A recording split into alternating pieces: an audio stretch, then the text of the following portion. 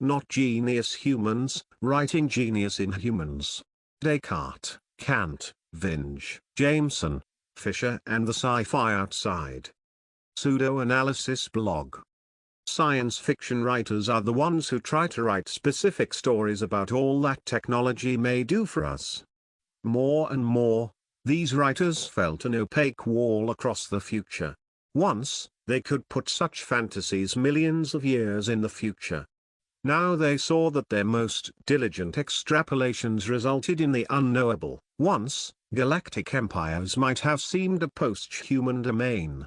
Now, sadly, even interplanetary ones are. Vernor Vinge, Technological Singularity 1993. There is a genre of movie that center on a hyper-intelligent, inhuman, or superhuman protagonist. These are not aliens from a distant world, nor even subjects alienated by global capitalism. They are terrestrial aliens, aliens of this world but unlike it. They are unworldly.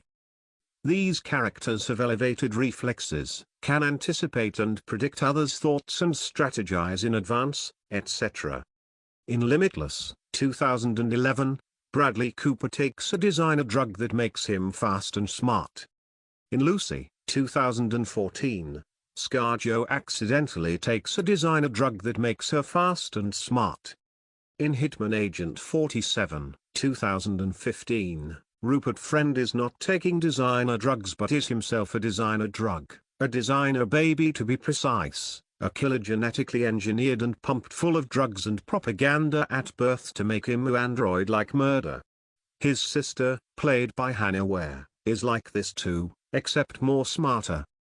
In Terminator, Dark Fate, 2019, there are two characters. They are not android-like but are cyborgs or androids themselves, one a bad guy Terminator, one techno-modified heroine. As an aside, perhaps indicative of cultural trends in media, in 2011, the superinhuman character is a male, in 2014 a woman, in 2015 and 2019 a man and women. The archetype is complexifying.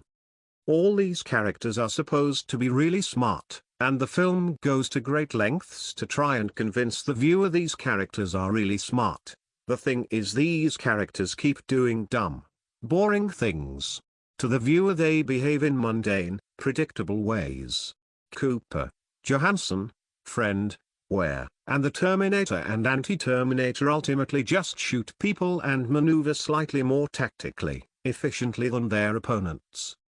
What this illustrates are the Kantian epistemological and imaginary limits of the human and its attempt to radically think and radically create outside of one's self. The human attempt to create the inhuman, an attempt, and ultimate failure. In other words, people who aren't themselves inhuman superintelligent beings cannot conceptualize what it is like to be as such. Thus, the end product in these films is a normal person's normal ideas of a non-normal person's non-normal ideas. These characters' supposed hyper-superior thought and behavior are merely recycled and rearranged milquetoast thought and behavior. Descartes, in his iconic Meditations on First Philosophy, writes, "The visions that come in sleep are like paintings. They must have been made as copies of real things, so at least these general kinds of things, eyes, head, hands and the body as a whole, must be real and not imaginary.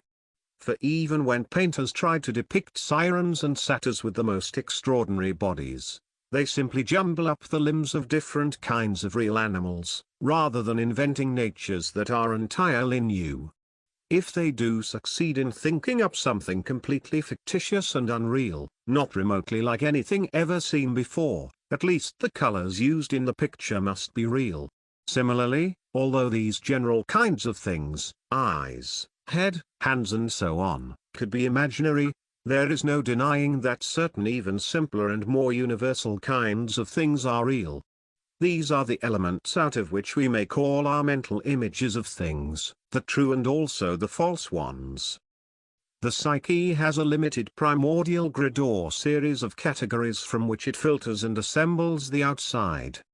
Jung, pulling from the likes of Descartes and Kant, refers to this as an archetype which he defines as the way an instinct, or an inorganic geological physical force territorialized and symbiotically birthed into a physiological force within a body, not unlike the Golem myth where mud turns into a creature with some magic, a deep outside trapped as deep inside. Manifests as a primordial image, or narrative structure. As Fisher points out, dealing with similar concepts, outsideness rips gaps in the fabric of the real which are assembled together with fictions. In both his first and last book, Fisher uses Frederick Jameson to discuss a similar process. Science fiction cannot really conceptualize the future, future society, future tech, etc., as it can't surpass the epistemic wall that cordons off the future in advance. The deep future can only be conceived in and by the tools of the present or near future. To return to the excerpt of Vinge from our introduction, this is because technology develops in nonlinear, unpredictable ways, and because the most interesting high-tech stuff is way out there, authors and filmmakers cannot really imagine the future. Limits cannot be traversed and represented. Real, limitless or machinic thought or behavior would be much smarter than boring gunplay, or much more intense, and extreme in its violence. The future, like the hyper-supreme, will either be hyper-intelligent, or ultra-violent. A highly cinematic 9mm automatic, but without the Oedipal personal theater cinema. As mentioned, in Fisher's first text Flatline Constructs, Gothic Materialism and Cybernetic Theory Fiction, 1999.